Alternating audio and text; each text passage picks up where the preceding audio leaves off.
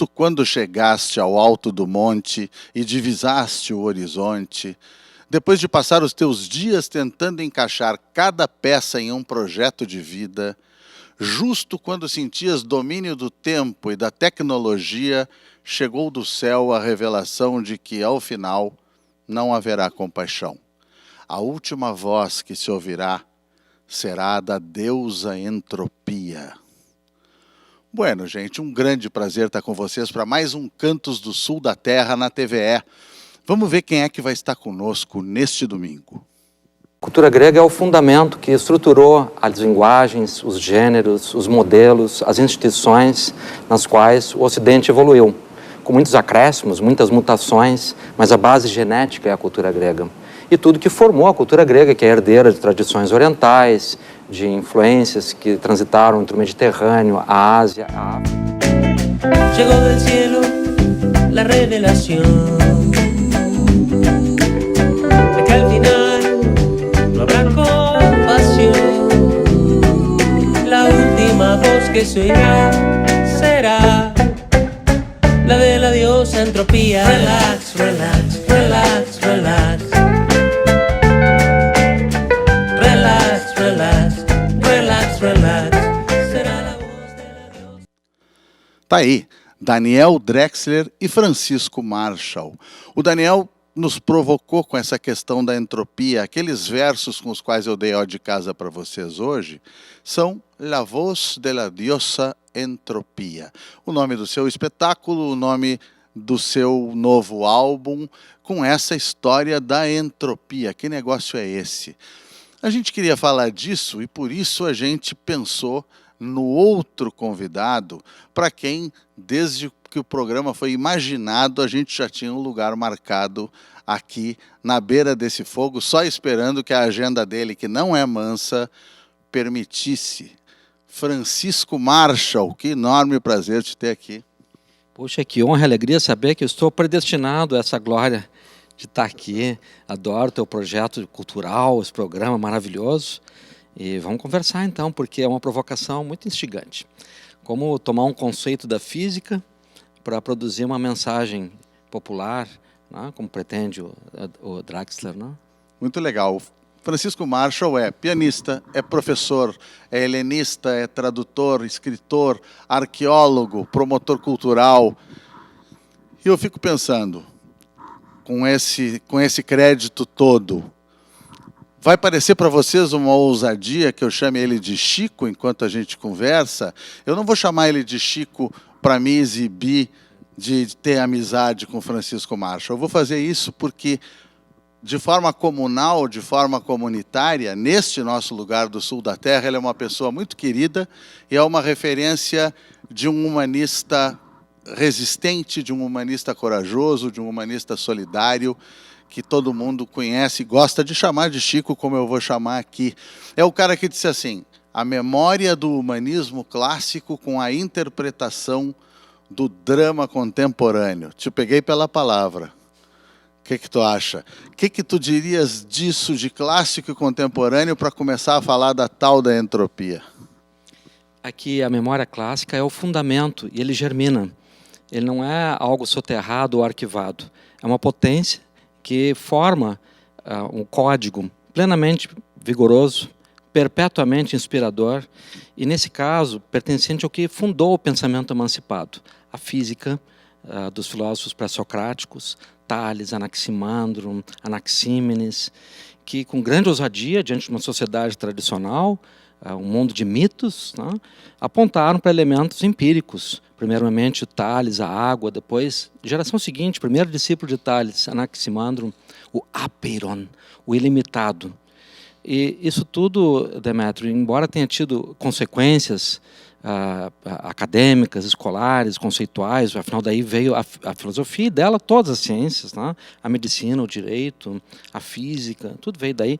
Embora tenha essa condição, é também uma ousadia cultural, um comportamento cultural, uma especulação e tem poética. E logo é um convite para a gente associar a reflexão densa que um pensamento sobre a matéria, o cosmos, o corpo, a vida, a sociedade pode realizar, e realiza com filosofia e campos do conhecimento, e ao mesmo tempo com estética, comportamentos, símbolos, não estão em conflito. E isso aqui é o bonito na proposta do Daniel Drexler, de pautar essa reflexão. Poxa vida, a gente está pensando em tanta coisa nesse mundo caótico em que vivemos. Será que há um conceito que pode agora ser promovido, algo instigante? E bota promovido nisso, porque o Daniel não deixou por menos. Ele imaginou uma cena em que o Olimpo é ocupado por deuses e deusas que são os conceitos da ciência moderna. Ele é médico, tem uma relação com essa coisa da pesquisa e tal, e então ele imaginou isso. Mas só que quem é que manda nessa cancha aí? Lá em cima desse morro, quem é que manda? Ele considera que é a deusa Entropia, e que ela vai acabar falando mais alto do que todas, porque ela é uma espécie de desordem obrigatória das coisas, dos sistemas, enfim. Será que pode ser assim? Será que funcionaria? Claro que é um novo Olimpo que ele inventou aí, que ele pensou. Mas será que é uma boa associação?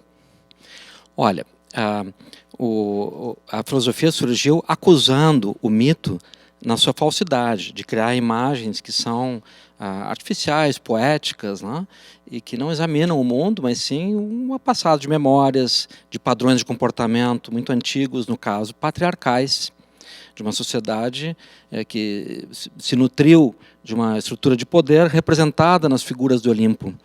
O Olimpo, presidido por Zeus, é um território de soberania conquistada. Nos primórdios, cena descrita por Hesíodo, poeta beócio, fala a mesma linguagem de Homero. Ele tem sempre lembrado, Demétrio, que a poesia grega é música grega. Então, a música grega, que é a música de Homero, é uma música solene, grandiosa, sagrada, para falar do que havia de realmente grandioso. Nisso, seria a figura do Aedo, isso? A época dos Aedos, que cantam com voz sagrada. Aedos e rapsodos, que costuram os cantos, são os rapsodos. Isso tem a ver com nossas tertúlias, com o nosso canto. A gente tem a memória cultural por meio do canto, sobretudo. E o Hesíodo responde a Homero, que fala de um mundo que está pleno, brilhante, na Ilíada e na Odisseia.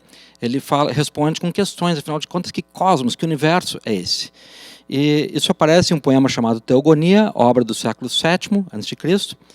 E ali ele descreve os vários estágios da organização cósmica. O primeiro deles, ele descreve em comum com o que fazem egípcios e mesopotâmicos e muitos outros povos. O mundo do caos, das águas primordiais, de um território indefinido. E aí entra a palavra grega kau, o verbo grego kau, quer dizer cindir, cortar. Então, desse caos divide-se, por cisparidade, surgem duas partes, que são Uranus, o céu, e Gaia. E a partir dali há um princípio biológico, animado, reprodutor, do céu e da terra. Então, esse caos é também uma potência fundamental, uma potência de raiz, uma potência de origem, sobre a qual dois princípios se estruturam. Um telúrico, a Gaia, e outro celestial, de ordem. E esse, progressivamente, predominará, o celestial, nas duas gerações de conquista que sucedem, que são, primeiro, Cronos, castrando o Urano, do membro castrado de Urano, o sangue se torna divindades vingadoras, as eríneas, e o esperma, nas águas do mar, produz uma espuma, da qual emerge e flutua nas águas do Mediterrâneo, sobre uma concha, Afrodite, a Afrodite cósmica, que é um poder de coesão, um poder cósmico de coesão, com sentido também político, biológico, além do erótico, que é inato. E Cronos, assim como Uranus, teve uma atitude opressora sobre a sua prole, que é vingada pela sublevação presidida por Zeus, um titã, que arma a revolta e, por fim, numa guerra celestial, descrita por Hesíodo, destrona Cronos e implanta uma nova soberania. Isso tudo, claro, tem alguma correspondência com processos sociais, o desenvolvimento de várias vagas migratórias que ocuparam a Grécia e a imposição de uma estrutura patriarcal diante de um mundo outrora temperado, digamos, com elementos matriarcais e patriarcais, que vigorou na Idade do Bronze. Então, esse Zeus, com o seu raio, ele é também o pai de todos, aliás, esse é o seu nome, Zeus tem a ver com Deus Pitar e Zeus Pater, que é o Zeus pai, que vai dar Júpiter em latim. Júpiter é o mesmo nome que Deus, Zeus Pater. E essa esse sentido patriarcal tem a ver com a soberania, com o controle que ele tem e com as várias cópulas que ele faz para distribuir a sua presença e os seus aspectos de poder. Então, assim, se nós vamos pensar a entropia no lugar de Zeus, que seria um movimento simbólico, né, proposto por Draxler, a gente também terá que reconfigurar essa posição cultural da divindade grega, que outrora foi patriarcal, para um mundo que aqui tem outros elementos, no caso a física e esse comportamento mais primordial e mais complexo, por vezes traduzido como desordem. Acho muito bom, como tu me disseste, tratá-lo por um tema bem nosso, que é bagunça, né? Bagunça, mas assim, sabendo que isso não é assim, a ausência de princípios ordenadores, mas sim um comportamento complexo, em que as partículas têm um campo de dispersão, e esse campo de dispersão requer uma lei mais complexa, e, portanto, sim, ele pode ser uma resposta a um poder vetorial, ordenador, rigoroso, ortogonal, como esse imposto por uma racionalidade clássica, e diante desse poder, com essa natureza ordenadora, pensarmos um mundo mais complexo, também com movimentos que parecem ser desordenados, mas que têm a sua densidade, o seu sentido, e pode ser compreendido intelectual e simbolicamente. Tem algo de regrado ou de regra nessa bagunça, né? E tu me fizeste pensar, quando tu falavas no lugar da física e dessas disciplinas, dessas ciências, lá nos anos 80, na URGS, né, a gente é contemporâneo, aula de teoria do conhecimento, aula de epistemologia das ciências sociais, a professora chamava uma amiga dela, catedrática da física, para dar aquela aula, para pelo menos começá-la, como a física sendo um pouco a iniciadora de algo ali, inclusive das ciências sociais, né? Isso é um papel importante bonito. aqui, o Demétrio começou me chamando de Chico, né? Uma intimidade bonita, eu gosto de ser chamado assim. E eu lembrei logo, Demétrio, né, lá em 84, 85, 86, sem que a gente soubesse, né, do que ia florescer da nossa amizade nos anos, né? A gente saía daquele prédio de aula ali no campus da URGS, e lá estava o Daniel, o Demétrio, com o seu violão lindo embaixo das árvores, na frente do xiste. Era o nosso convívio entrópica. E ele havia um sentido muito americano, né? Porque o pensamento da América era também uma ideia de identidade, contestação, liberdade, uma América verdadeiramente libertária, né? E sim, mas tu vê, nós estávamos ali expostos a grandes mestres, né? Nildo Stein, Carlos Roberto Cine Lima, Donaldo Schiller, homens de uma erudição, de conhecimento profundo, e nós, sim, as ferramentas para entender isso tudo. Então a gente entende também como uma música com fragmentos que para nós fazem sentido e, portanto, são um pouco simbólicos entre o objetivo e o subjetivo. E eu acho bonito que o Daniel Draxler tenha feito isso, porque as pessoas vão procurar, vão atrás e não vão usar experimentalmente, não é um projeto de poder, não é uma instituição, não é um conhecimento rigoroso defendendo paradigma, é uma experiência simbólica. É uma ideia bem alegórica, né? Alegórica. Foi a palavra que me veio. Inclusive, quando tu estavas falando em todo esse sistema mitológico grego, corresponder a um movimento histórico, a um movimento social, ao que estava acontecendo com as migrações, com as lutas pelo poder. Eu fico pensando, essa representação nasce de uma maneira muito antiga, claro, mas inclusive como uma forma de propaganda, de legitimação de uma ordem, pode ser? Seguramente. Não há, tal como os marqueteiros querem, né, uma linguagem, uma comunicação, né, que sirva para legitimar projetos de poder. Mas há, sim, um fenômeno de realização do que está no núcleo da sociedade, que é um princípio, que é fundamento, e como fundamento ele termina transbordando. Logo, o que está em Homero, por exemplo, em Hesíodo também, é a imagem de uma sociedade aristocrática. Mas a geração seguinte, poetas e poetisas como Safo, Arquíloco, Tirteu, olhavam e davam uma banana para esse mundo de autoridades já vencidas, né, já sucateadas. Então a cultura grega olhou para aquele mundo do mito e reagiu com um pensamento muito mais arrojado. E nisso a poesia e a filosofia dialogam, a poesia lírica é anterior, a poesia erótica, né, uma geração anterior à filosofia de Tales, e dá início a um processo que se estende até hoje, que é de olharmos para o mito e vermos ali algumas imagens, mas também colocar algo adiante disso. Esse processo iniciou na Grécia, que foi faz muito pouco tempo. São só 3.000 anos, 2.500 anos atrás. Né? A gente pensa que é muito, não é nada. Para a dimensão do que é a experiência humana, o Paleolítico, o Neolítico, nessas várias camadas de experiência no mundo. Isso nos traz também, Demétrio, para o território da América, encontrado pelo ocupador colonial, né? E aqui tu me contavas a história desse cavalo, dessa pintura rupestre, né? E que está aqui ao fundo, depois a gente pode mostrar um detalhe, e que mostra algo desse conceito também, porque no fundo nós temos uma mão originária, primitiva, né? Do local, da terra mesmo, que foi exposta a uma segunda camada de experiências, visual, social, cultural, o cavaleiro, o que domina, o que conquista, e que produz esse duplo nível de conflitos. Isso está no conceito de entropia, que pensa a camada íntima, microscópica, atômica, e a camada mais superficial, aparente, e os conflitos que há entre os dois campos do fenômeno. E isso aí provoca, por vezes, conflitos que parecem desordem.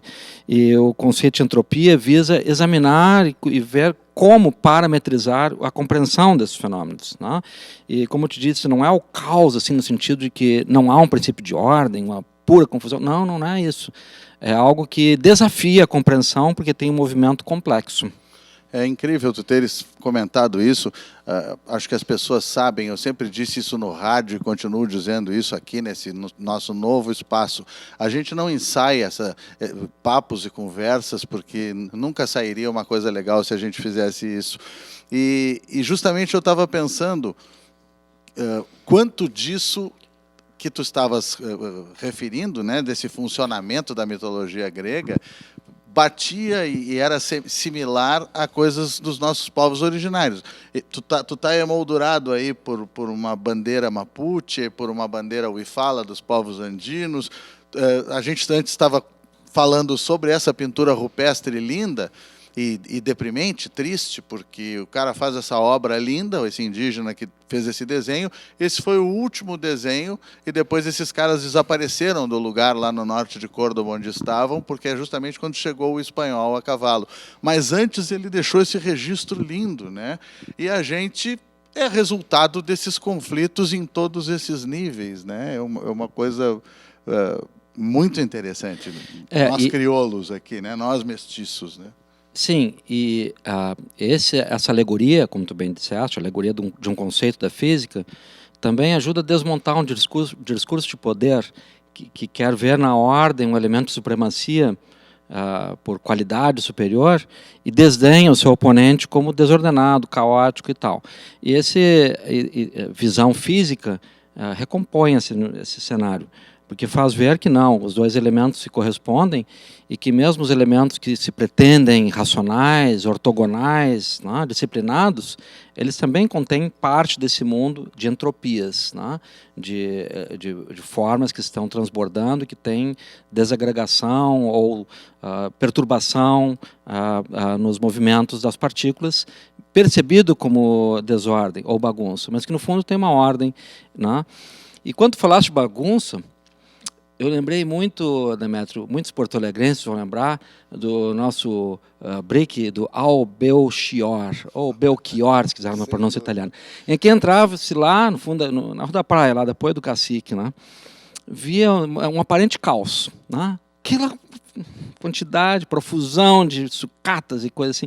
Aí chegava o Belchior e disse, escuta, eu queria a calota do Cadillac 52. Ele, só um pouquinho. E ela voltava, né, com a calota do Cadillac 52 e tal, porque é a aparência do caos. A aparência do caos, mas dentro daquilo, muitos princípios de ordem, né? Eu gosto de acreditar que as minhas próprias bagunças sejam assim também. Mas não, esse exemplo está sensacional. Realmente o Belchior era uma loucura, e o cara dominar todo aquele acervo ali era uma coisa impensável, né? Talvez do ponto de vista intelectual, né, um outro tipo de acervo, tu esteja fazendo algo parecido aqui, com todas essas gavetas que tu conectaste aqui. Mas é que a gente tem que achar esses caminhos, né? Tem uma foto que circula na web também, do Jean Piaget, célebre biólogo e teórico da aquisição do conhecimento, no escritório dele. Rapaz, eu tenho um orgulho do meu escritório quando eu vejo a foto dele, que é pilhas de livros para tudo que é lado, assim. E ele ali, o homem que criou a principal teoria de aprendizagem do século XX, né? Quer dizer que a ordem não depende de um mundo todo o regrado disciplinar, depende de princípios muito mais poderosos. Totalmente apertado, no melhor sentido, né, entre a entropia e a bagunça. Se elas não forem exatamente as mesmas coisas, elas são uma bela junta, funcionam juntas. Francisco Marshall, o Chico, como eu disse, como eu disse que eu trataria e eu tratei, professor Francisco Marshall, muitíssimas graças, né? Antes de me despedir, quero sublinhar que tem uma conexão importante agora. O meu caro amigo, nosso caro amigo Antônio Villeroy, Antoine, como eu chamo, recém-migrou para Portugal, semana passada, com a família e tal. Mas antes finalizou aqui em Porto Alegre um disco lindíssimo. Eu vi as provas de mixagem lá no estúdio Transcendental do Léo Bracht. E esse disco, chamado Banquete, em alusão ao Platão, e o que essa palavra significa em grego também, tem uma música chamada Canção da Magnólia, que ele criou por encomenda minha, quando eu organizei a saudação musical por Fronteiras do Pensamento, em que se apresentaria um dos grandes físicos da atualidade, que é Carlo Rovelli. E o Antônio tem uma grande curiosidade, atividade e riqueza intelectual. Eu vinha lendo física e conhecia algo do Rovelli. Então ele fez uma canção sobre a física e o transporte de informações atômicas, né, que é uma coisa que pesquisa o Rovelli, e apresentou na abertura do Fronteiras, lá, terminou de criar no palco ali, na real.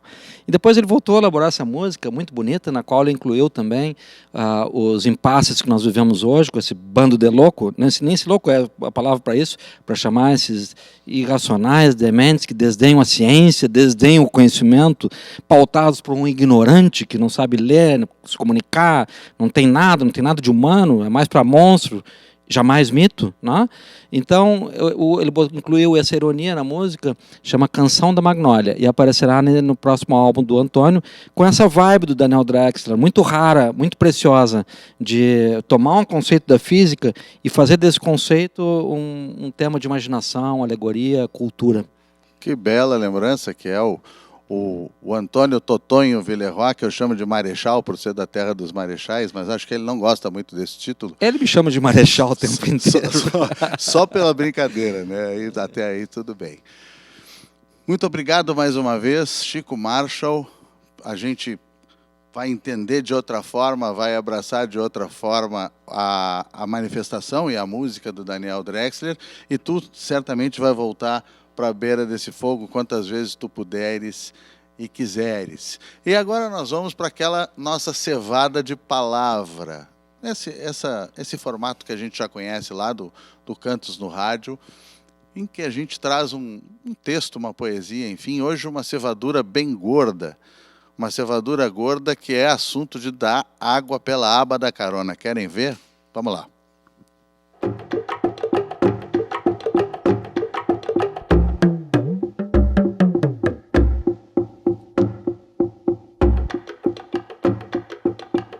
De impulso, a existência se agita.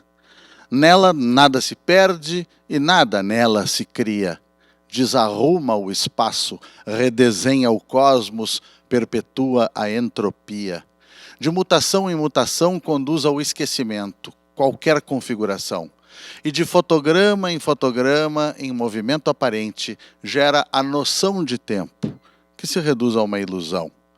Quando tudo ainda era nada, quem misteriosamente lhe terá dado o empurrão? Esse poema sobre a entropia justamente é Nazaré Macatrão, o grande poeta português. Se tu quiseres enviar uma mensagem para a gente, o nosso WhatsApp é 51 98 594 6167. E tu também pode ver os nossos programas que nós tivemos até agora, nosso pequeno histórico de Cantos do Sul da Terra na TVE, até aqui, no YouTube. No YouTube, perdeu algum programa, entra lá no canal do YouTube da TVE e, enfim, para ver uma partezinha, para retornar, para pegar um diálogo, uma música, está ali à disposição, é nosso. A gente faz um pequeno intervalo e em seguida volta com o nosso papo com o Dani Drexler, que foi no pátio, foi embaixo das árvores, aqui no Morro Santa Teresa, com vista para o Guaíba. Vamos lá.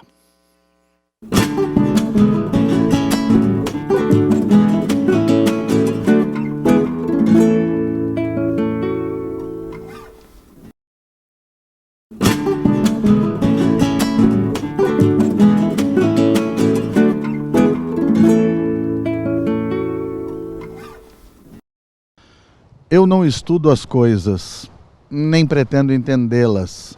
As reconheço, é certo, pois antes vivi nelas.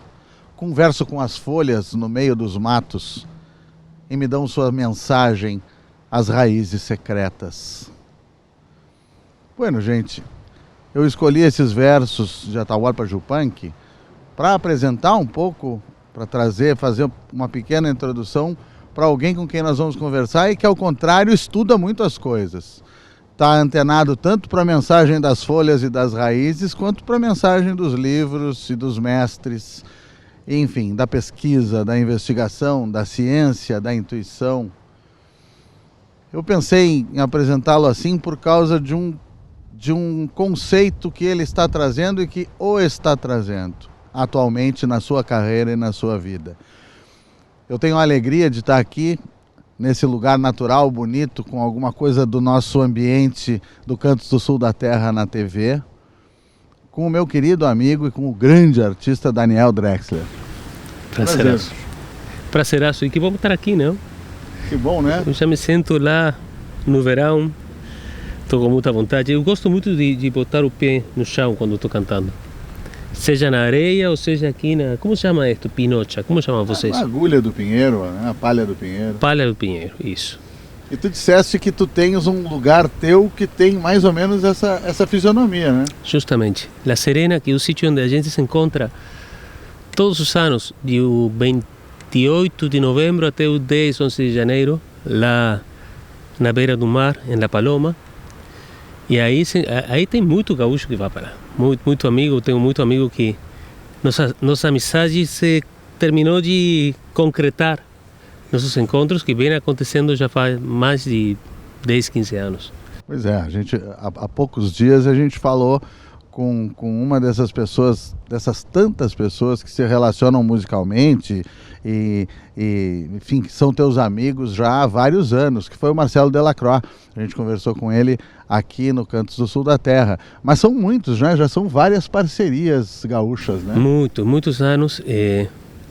Muita gente indo para lá e depois também começou a chegar gente do centro do país, de Rio de Janeiro, de São Paulo, de Curitiba, de BH, de todo o país. Todo o país a gente está chegando para lá e também do outro lado, da Argentina, do Chile, do México, Peru, Colômbia, gente que vem da Europa também. É maravilhoso o que acontece lá. E normalmente o que a gente faz é roda de violão desse jeito, do jeito que a gente está sentado aqui, não? Com os pés no chão, no fogo aceso, um churrasco rolando ali. É bem bonito. Coisa bem boa. Quando eu falei para as pessoas, para ti, quando eu falei aqui sobre isso, de formas de aprender o mundo, de aprender a realidade, estudando, investigando, pesquisando, ou daquela forma que o Yupanqui disse que para ele era a preferida, e eu disse que tu estavas trazendo um conceito, e um conceito está te trazendo, esse conceito é entropia, né? Que hoje é uma coisa central no trabalho que tu estás lançando e apresentando pelo mundo. Fala um pouquinho disso. Não, acontece que nada no universo tende-se a ordenar espontaneamente. Tudo tende... As coisas liberadas à sua própria evolução, elas tendem a se desorganizar.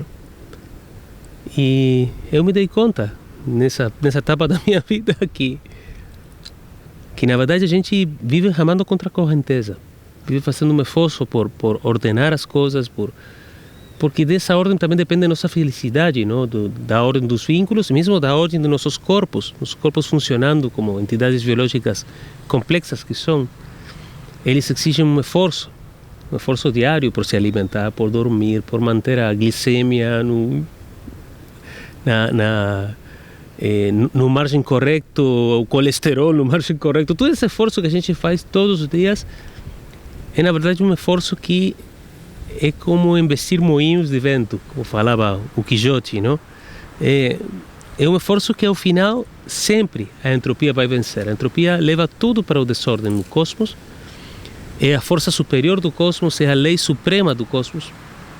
E aí eu comecei a pirar com a ideia de que ela é quase uma deusa do Olimpo moderno, que a diferença do Olimpo dos gregos clássicos, ele não está habitado por Zeus, Dionísio, Afrodita, todas essas deidades que eles tinham, mas ele está habitado por cada uma das grandes leis da ciência.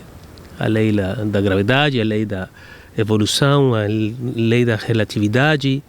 E tem uma que seria a lei suprema, e essa lei que eu odeio e adoro ao mesmo tempo, porque eu acho que ela é necessária, mas é uma grande deusa que está permanentemente levando tudo a seu desordem. E a gente está permanentemente lutando com ela. A vida é basicamente uma luta com ela, não? Todo mundo sabe o que acontece quando você deixa de ordenar a cozinha um dia, não? E aí outro dia dá preguiça e deixa 2 dias, 3 dias. No quarto dia aí tem uma montanha de pratos sujos, a lixeira está desbordada, o cheiro da cozinha começa a invadir o resto da casa. A gente, quando deixa de fazer o esforço, tudo naturalmente se desorganiza. Se desorganizam os vínculos, se desorganizam as economias, se desorganiza a cozinha. E eu não estou falando que a gente não tenha que fazer esse esforço. Não, eu acho que a gente tem que fazer esse esforço com amor, com criatividade, com poesia. A gente tem que dançar a vida até o final, mas sempre sabendo que a última voz nessa dança maravilhosa e maluca que é a vida é a voz da deusa entropia. Pois é, e tu falaste da voz da deusa entropia, que é muito interessante. A gente já conversamos, enfim, fora de qualquer registro, mas também conversamos no rádio, no Cantos do Sul da Terra, sobre essa coisa contraditória e bonita da desordem ser ao mesmo tempo uma deusa e uma regra, uma grande regra. É estranho, né? É estranho, mas enfim, é real, e tu disseste naquela ocasião que era a mais poderosa e a mais constante dessas deusas, tomando o lugar patriarcal daqueles Zeus do Olimpo, né? E isso em função, ou a partir dessa tua descoberta, dessa tua reflexão, tem uma canção, tem um trabalho inteiro, um álbum inteiro. Fala um pouquinho desse trabalho e nos mostra algo do que tu quiseres mostrar dele. Bueno, esse trabalho está atravessado por esse conceito, não? Tem algumas músicas que falam direito da entropia e dessa luta cósmica entre a entropia e a biologia tentando gerar ordem, a molécula de ADN juntando átomos e fazendo que eles atuem de uma forma coordenada durante um período de tempo, que é um período de tempo acotado. A gente, quando chega à vida, sabe que está assinando um contrato a término, não? E então esse esforço que faz a biologia, eu acho que quase como uma bandeira ao vento, não é? Um intento maluco, divino, poético, né? Para conseguir que durante determinado lapso de tempo a vida tenha sucesso. Mas essa intenção nossa de ordenar o nosso entorno, ela tem um limite sempre. E a gente tem que aceitar esse limite, porque senão você fica... Pelo contrário de estar gerando felicidade, você termina gerando neuroses, não? Termina gerando sofrimento, de tentar que tudo esteja ordenado, né? E hoje falávamos na rádio que não foi casualidade que esse tipo de reflexão surgisse no meio da pandemia.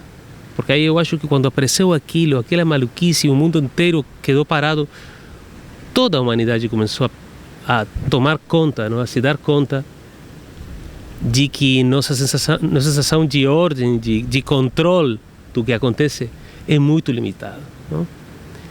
E a gente tem que encontrar um jeito de ordenar para ser feliz e ao mesmo tempo não se obsessionar com a ordem, não? E disso que fala a música que dá nome ao disco, não? A voz da deusa entropia fala justamente disso. Relaxa, cara. Ela é um reggae bem livianito assim, falando de uma coisa muito profunda e como um monte de acordes. Ela atravessa quase todo o círculo harmônico, mas eu acho que o resultado que se ouve dessa música é um resultado assim, bem leve, não? É assim. Vamos ouvir a voz dessa deusa então. Justo cuando llegaste a la cima del monte y divisaste el horizonte después de pasarte tus días buscando encajar cada pieza en un proyecto de vida.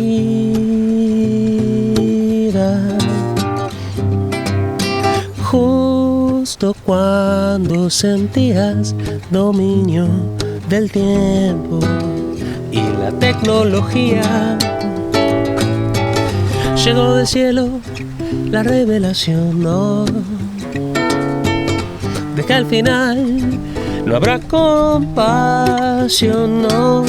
La última voz que se oirá será la de la diosa entropía. Relax, relax, relax, relax.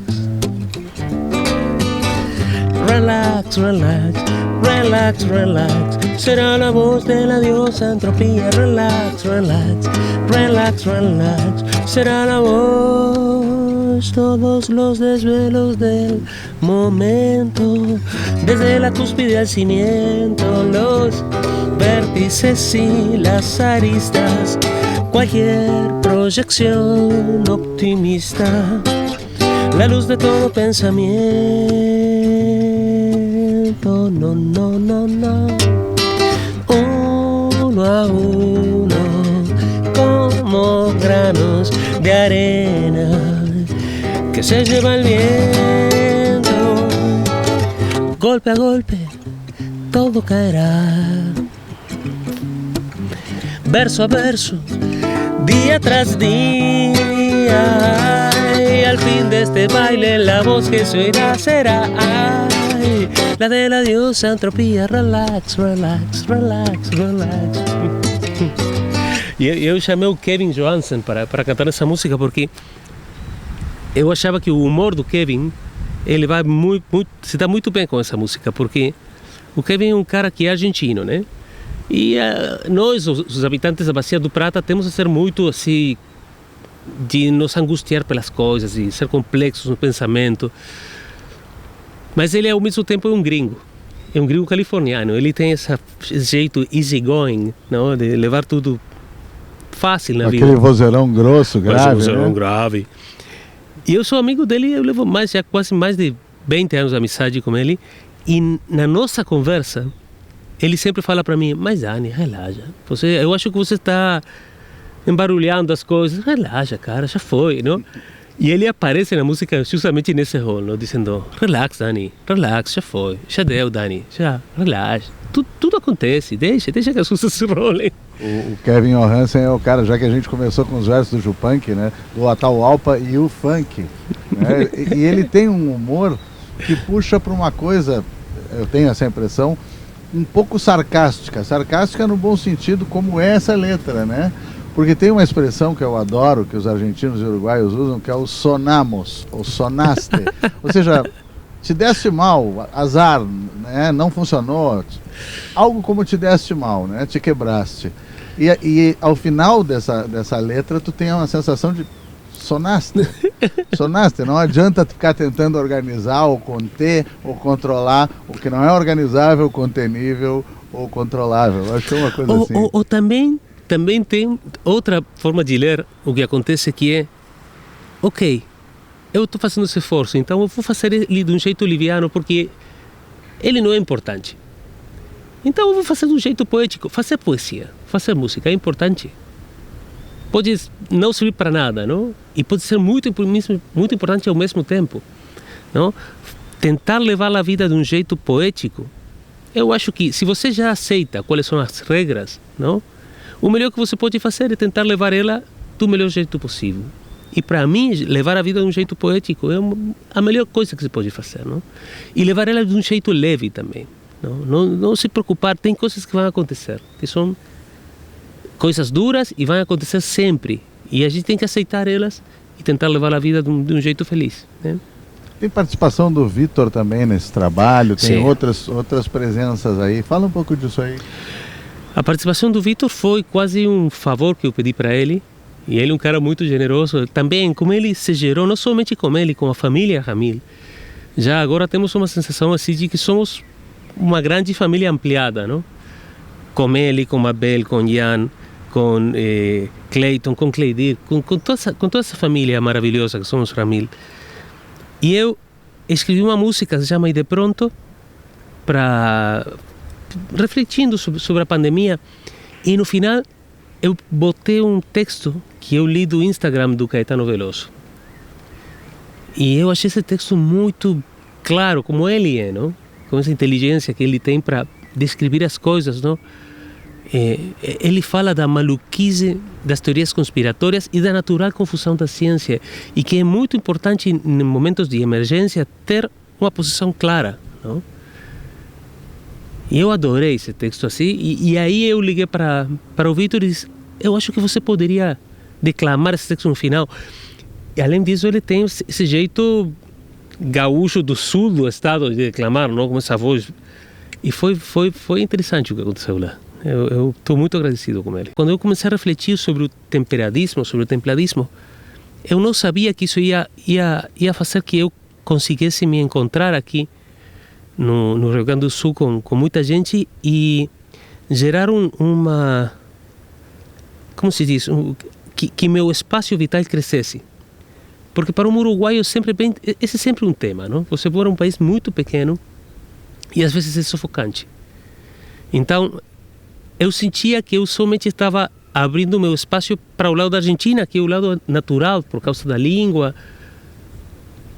Era como se fosse uma hemiplegia, entende? Eu estava vivendo a vida para aquele lado. E aí, quando se começou a abrir o Rio Grande do Sul, aí eu comecei a sentir-me bem situado no mundo, não? Esse é meu sítio no mundo. Aí quando chegou a pandemia, fiquei de novo sufocado e tive intenção de fugir do Uruguai novamente, mas agora se abriram de novo as fronteiras, eu estou muito feliz. É a nossa banda ancha, né? Como tu dizes numa música, a nossa banda larga, a nossa banda imensa, não só larga, em todas as dimensões, certamente nos inclui, certamente Uruguai e Rio Grande do Sul tem uma constância de território, de cultura, de gente. O que tu nos mostrarias aqui desse teu trabalho, ou do que tu quiseres cantar? Não é preciso que seja do lançamento, tu que sabes. Um candombe novo que fala do temporal de Santa Rosa, eu acho que aqui no Rio Grande do Sul não se chama desse jeito, que é um temporal muito forte que chega justamente no final do inverno e anuncia o início da primavera, não?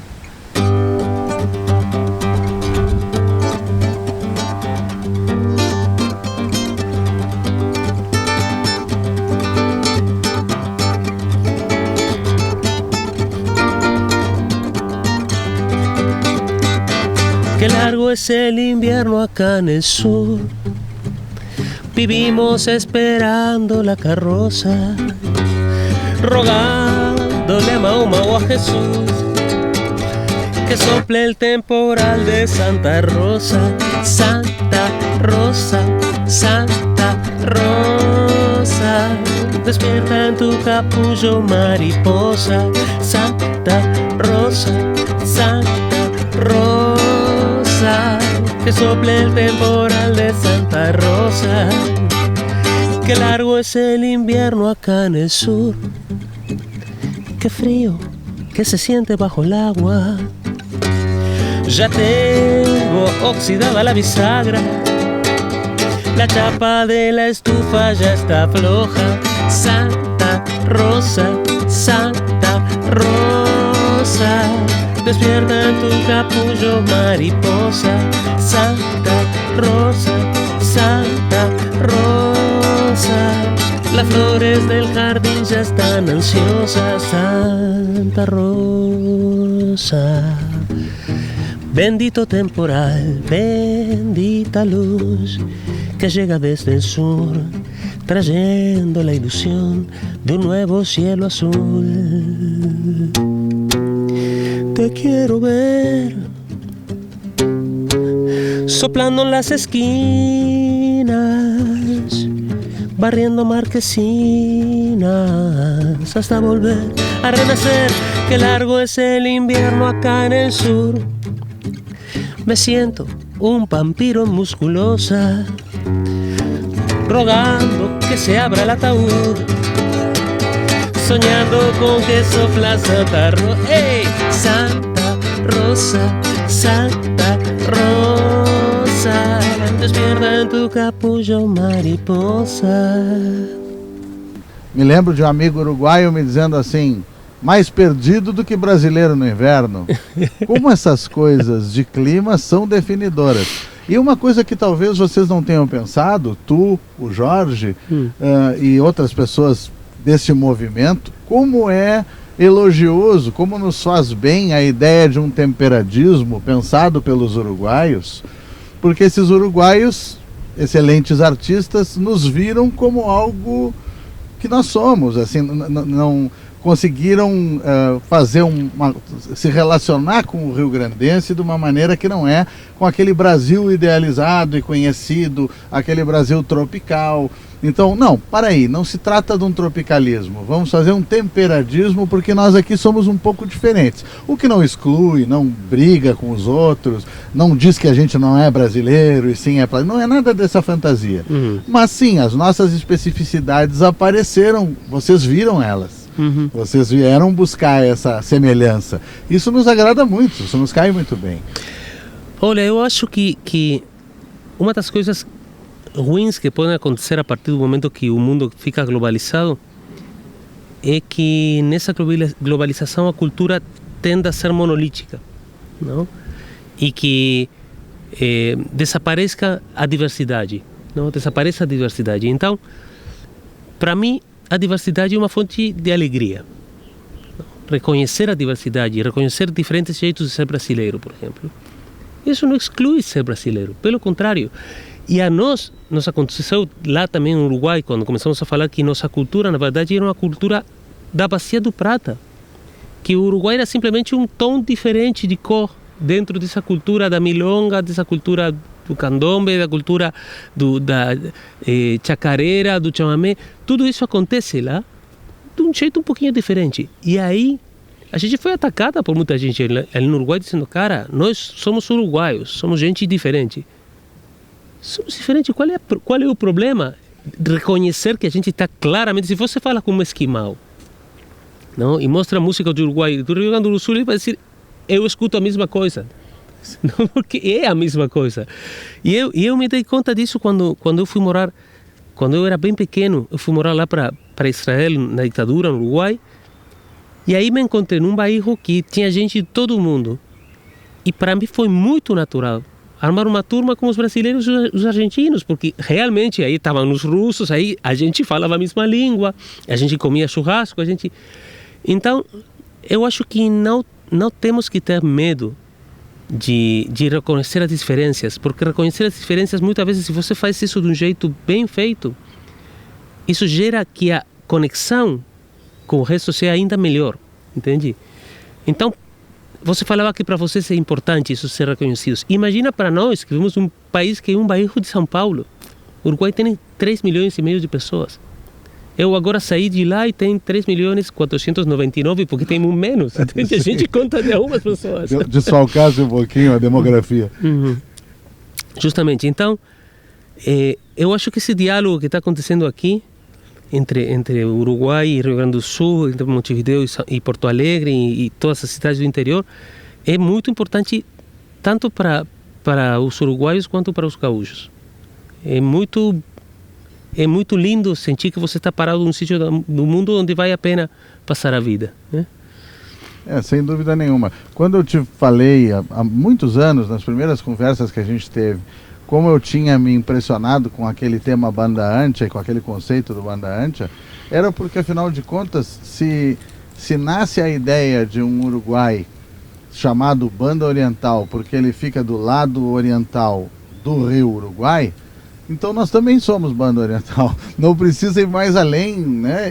E se a gente for pela parte hidrográfica, é a Bacia do Prata. A Bacia do Prata inclui o Rio Uruguai, que nasce no norte do Rio Grande do Sul. Então, sim, somos o mesmo território. E claro que somos brasileiros, somos latino-americanos, somos um montão de coisas ao mesmo tempo. A gente jamais sonhou, nem no melhor dos sonhos, com a possibilidade de desenvolver trabalho aqui no Brasil. Quando isso começou a acontecer para mim, que foi no ano 2006, que eu fiz os primeiros shows aqui no Rio Grande do Sul, e era como um sonho, não? E agora, o fato de meu irmão Jorge estar desenvolvendo trabalho aqui, eu estar desenvolvendo trabalho aqui, o Fernando Cabreira estar desenvolvendo trabalho, o Kevin está desenvolvendo trabalho, isso é novo. É novo. E claramente, para mim, primeiro aconteceu aqui. Aconteceu no Rio Grande do Sul, aconteceu em Porto Alegre, em Pelotas, em Santa Maria, em Uruguaiana, em Rio Grande, em Caxias do Sul. Nessas cidades foi os primeiros lugares onde eu me apresentei no Brasil. Mas agora já está acontecendo no centro do país. Já fiz show várias vezes em São Paulo. Agora acabamos de fazer Casa Natura. E também está acontecendo que o pessoal de São Paulo também está vindo para La Serena. Então aí está ficando real a coisa. Imagina, é diferente quando você chama um parceiro para o palco, que você conhece ele porque você admira ele, admira sua música, mas não conhece ele pessoalmente. Quando você tirou já 6, 7 anos de férias juntos na praia, até as piadas ficam. Imagina, você lembra aquela situação. Então, para mim é uma surpresa muito grande o que está acontecendo, mas eu estou achando agora, já 10, 15 anos depois de que todo esse processo de me apresentar no Brasil começou, eu estou achando que tem uma realidade, que é uma coisa, uma árvore que tem raízes fortes. E que mesmo com a pandemia, que foram 2, 3 anos que eu não consegui vir para aqui, eu acho que esse nexo já está feito e vai continuar até o final. Que bom, há de ser assim. Vamos escutar um pouco mais dessa guitarra entrópica? Entropicalista.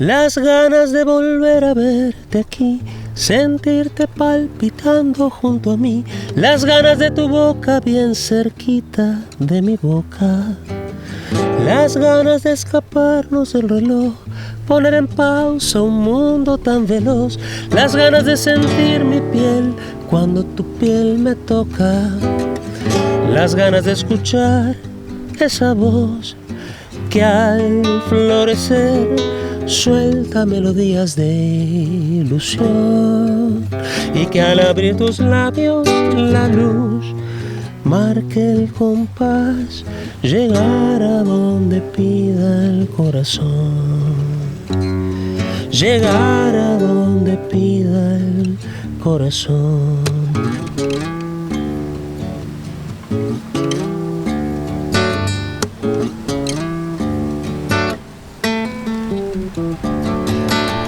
Fue todo tan intenso junto a ti, fue tanta la cordura que perdí, las veces que gimieron los resortes de esta cama.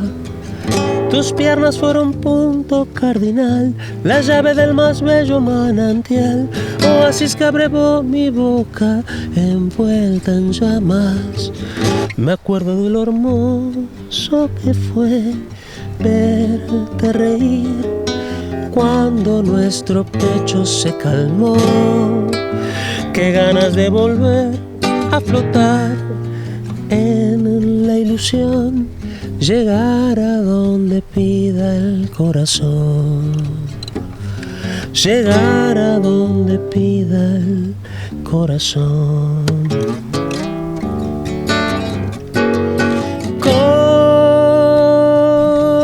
¿Cómo vivir si no vuelvo a verte? Será mi fin. Cada vez que esté pensando que no sé si vas a estar de nuevo en esta cama, que el viento se transforme en un ciclón, que arrastre un maremoto mi sillón, que choque un meteorito y los volcanes lancen llamas. Yo ya no tengo salvación, ni aun con la resurrección podré borrar tu huella de mis entrañas. Me acuerdo de lo hermoso que fue verte reír cuando nuestro pecho se calmó. Qué ganas de volver a flotar en la ilusión, llegar a donde pida el corazón, llegar a donde pida el corazón, llegar a donde pida el corazón.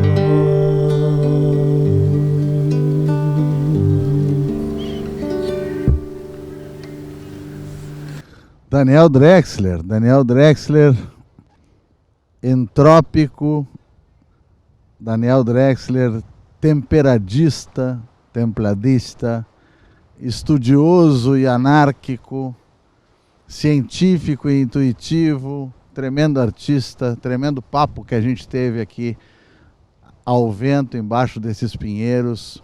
Muito obrigado. Eu gostaria agora que tu dissesses o que tu bem entenderes dizer para as pessoas e cantasse algo mais para nós. Muitíssimas graças. Não, eu estou muito agradecido com você, porque é sempre um prazer. A gente se encontra cada 3, 4 anos e é interessante o que acontece, não? Porque é como se a gente estivesse falando ontem de noite. Não sei, no meio aconteceram 4, 5 anos, mas é uma naturalidade muito grande. Eu acho que a gente tem um jeito de olhar o cosmos muito similar, não? E para mim é um prazer e uma oportunidade muito boa poder falar com você. Eu sempre aprendo muitas coisas. Eu agora aprendi essa palavra entropicalismo, que a gente vai começar a utilizar, não? A entropia e o tropicalismo. Entropicalismo. Somos caras entrópicos. Então, muito obrigado. E eu vou me despedir com uma música que eu fiz para o farol de La Paloma.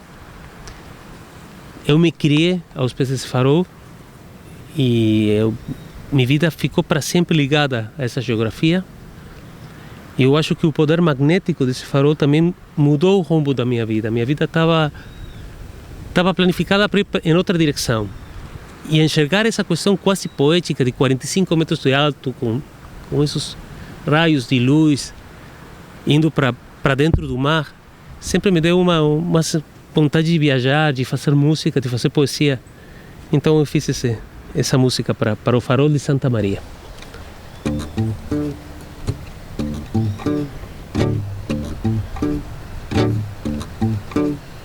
Faro de Santa María, alquimia de cielo, de roca y de sal, magnético punto de la lejanía, la perla del mar,